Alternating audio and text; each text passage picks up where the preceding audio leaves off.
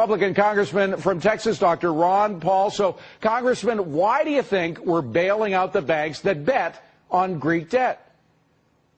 Well, I think the banking system is international. I think we do have a global economy, and even though they may be foreign banks, I think they're all interrelated. And they may analyze it and say, well, if we let it go, it will affect more countries, and we have to stop it, just like all the argument was stopping the meltdown we had here a couple of years ago. But to me, it is a real shame that that's happening, but I think it's all, the burden is placed on our dollar, and we're going to see continued depreciation of our dollar. And to me, the only measurement of the dollar value is against gold, and we know that the dollar is being deeply depreciated constantly. Now, as bad as it is, U.S. taxpayer dollars going to pay off banks that bet on Greek debt, there is a possibility that some of our tax dollars will go to paying off those who hedged their bets and voted with their money on credit default swaps, betting that, in fact, Greece will fail. Is there any chance that any of our money will go to pay off credit default swaps? Oh, I would think so, because it's going to be very hard to follow all this. I was hopeful that we would get a true audit of the Fed and we can trace all this and find out what goes on. But no, I think the expansion of credit by our Federal Reserve will be able to bail out anybody and everybody they think necessary to bail out. So our money will not be well regulated except for those special interests. Now, here's a question. By the way, we've contacted AIG about this question, and we'll tell you about their response in a moment. But is there any possibility that AIG, which of course issued credit default swaps on those bad subprime debts, and that's what taxpayers had to bail out, may have been issuing CDS's credit default swaps on Greek debt?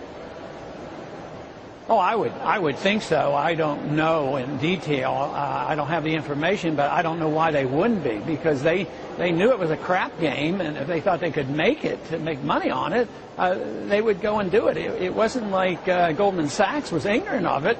In a way, you say, well, if Goldman Sachs was just, shorting the market, that was one thing, but when you're on both sides of the argument and both sides of the trade, and with these countries in trouble, just think how many people deal in this. I mean, George Soros, not that he was dealing in this particular instrument, but he knows about international currency, so there's a lot of people who do this, and if they know they're coming into trouble, they can anticipate it, and they can get very, very much involved. We have heard that AIG is denying that they did issue any credit default swaps on Greek debt. However, since it's an essentially U.S. government-owned entity right now, we've taken over most of the obligations, if not all, of AIG. Do you think that their books should be open so we could see for sure whether or not any of our money was going to pay off their CDSs on Greek debt?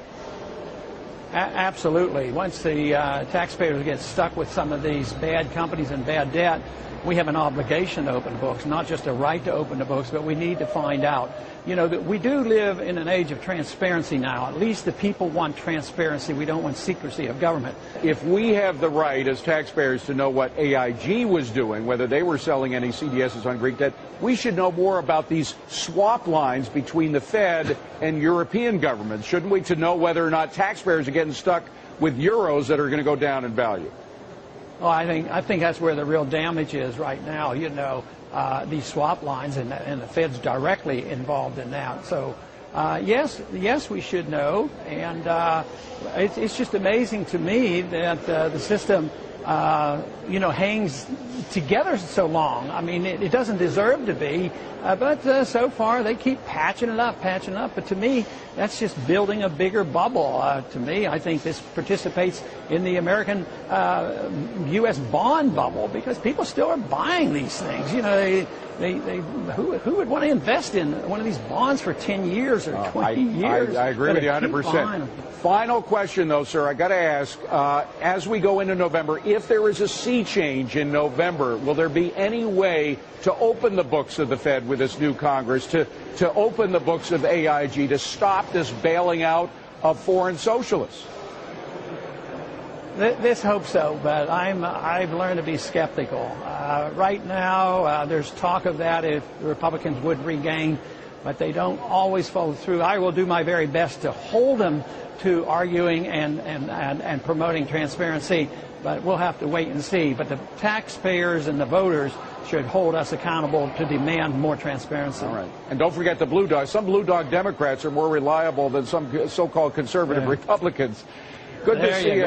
Ron Paul from the halls of Congress. Thank you very much for being here.